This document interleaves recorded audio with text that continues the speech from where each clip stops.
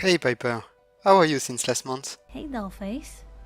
I'd been working on this story about irradiated drinking water in Bunker Hill, but other than that, I'm great. Good. I've seen you looking around before joining me. So what do you think of our little settlement? Honestly, a lot of caps went into building this place. You ready for that interview now, Blue? Yes, we can start whenever you want. Well, I gotta say, I like the way you've been handling yourself out here. Thank you, Piper. It means a lot to me. You're welcome. It's not been easy though. We earned everything we have now, and we lost a lot too. I'm sorry. It's alright. Let me tell you what happened since the last time we spoke. Okay. So when I came back from Diamond City, everyone was happy. Our settlement started to grow well. We haven't been attacked for a while and people were joining us. We even have a reporter wannabe. Hey, do you mind talking to her after? To give her tips? Her name is Elena. Not at all. Thanks again. So it's important that you know that we have an assault team here to prevent potential threat before they even start, usually raiders or super mutants. Preston, may he rest in peace, came back from its usual Minutemen tour telling us that we need to help a farm against the Forge, a group of raiders obsessed with fire. I agreed. We took our best gears and went there, trying to sneak up in their fortress and attack them by surprise. There's one thing with fire we didn't take into consideration. It produces a lot of light. Sneaking, even by night, would be really difficult. And so we failed, miserably. We didn't pass the door that we saw a rain of Molotov flying toward us. I got seriously burned. Most of us were in panic. We were outnumbered, almost blinded by that fire and the heat. The smell too. They were burning corpses. I assume some of them were alive before they were thrown in the fire. That's when their boss, or at least a chief of some sort, came out wielding a sword with flame going out of a small fuel tank. Preston, too busy protecting others while they were retreating, didn't see him. And this bastard impaled him. The last Minuteman was dead. I was in such a rush I killed 5 or 6 of them with the fusion cells left in my receiver. Some turned into ashes, but I think they'd like that. Anyway, it left me enough time to carry Preston's body and join my team back, so we could go back home. He died doing right? Bullshit. He died because he was too nice and wanted to help people at the cost of his own life. Commonwealth's not an easy place to do the right thing. But how many more people would have died if he hadn't been willing to stand up? I guess you're right. Sorry. I'm still angry about this night. He's not the only one to have died this night. Codsworth, our robot and my only companion from pre-war. He suffered massive damage, overheated. He blowed up in the workshop looking for coolant. Oh, well. Sturgis suffered a lot more than me though. This guy is really smart and he said that God C, as he called him, can be fixed if its personality matrix isn't too damaged. He's been working on that since then. But let's talk about Starlight a bit. We have people selling stuff now, and they're really good at their job. I've seen you at the Red Car, our bar.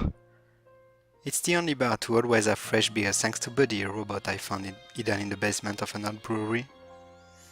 He's basically a walking refrigerator, but he also do crappy jokes. I don't always get them.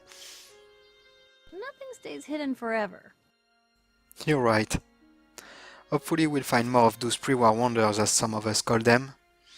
Anyway, it attracts quite a bit of customers, and some of them even say that it's better than drinking in Diamond City or Bunker Hill. You kidding me? The beer tasted off. Bleh. I know it doesn't. I came to the dugout inn once. The girl gave me a beer and it tasted like piss. Oh, har har. Vadim, he wasn't at the bar. Fair enough.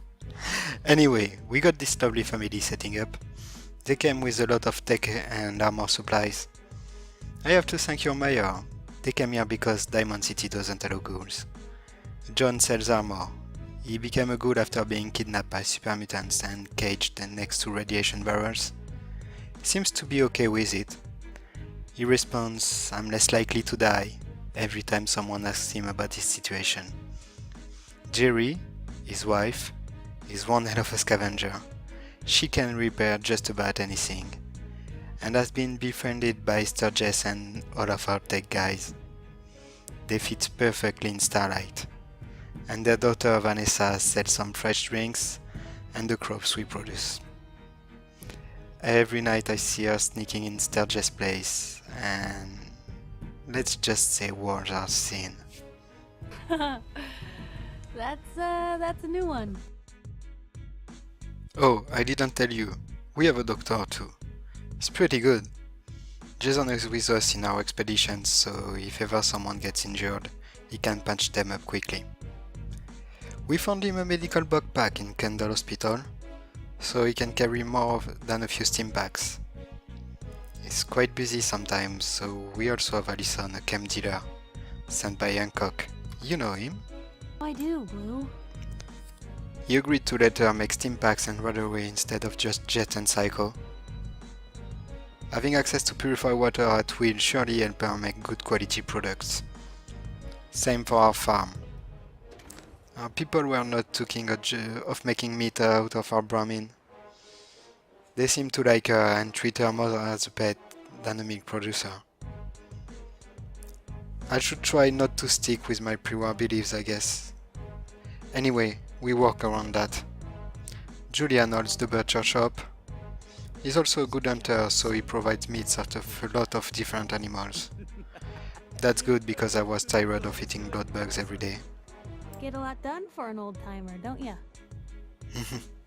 Yeah, I guess so.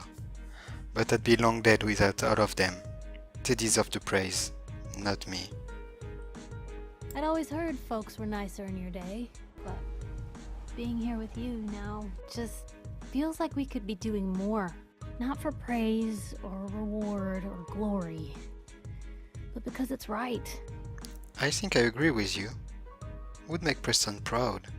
And if we scare raiders and other foes away, we'll be safer. Raiders. Humanity at its absolute worst. Wish we could just put these jerks and the super mutants in a cage and let them ruin each other's day instead of all of ours.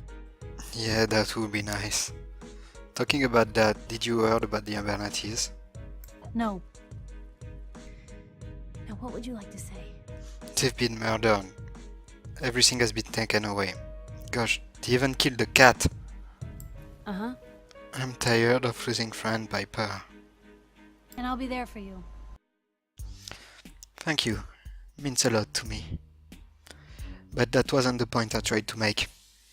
They've been killed by a bunch of raiders called the Rust Devils. They work with makeshift robots. We attacked them. In fact, we came back from there just a couple days ago. It's been a massacre.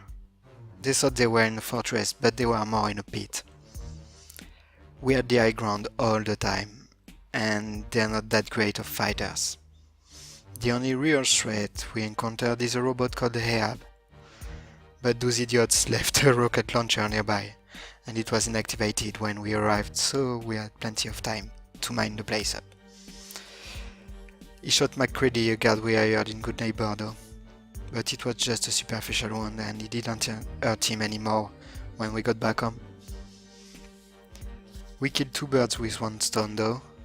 We avenged our friends, and we found some really interesting stuff in there. A brain in a jar that is still functional, and schematics for a robot workbench that should help us fix Codsworth. Oh, great. Weird, but great. At least a bit of hope in this hard life. I'm glad you're here, Piper. I really enjoy your company. Oh, There's no place I'd rather be right now. Now what about we have a drink? Some real beer for a change. I heard Gwyn and Pilsner are your favorites. Can't keep anything from you, can I?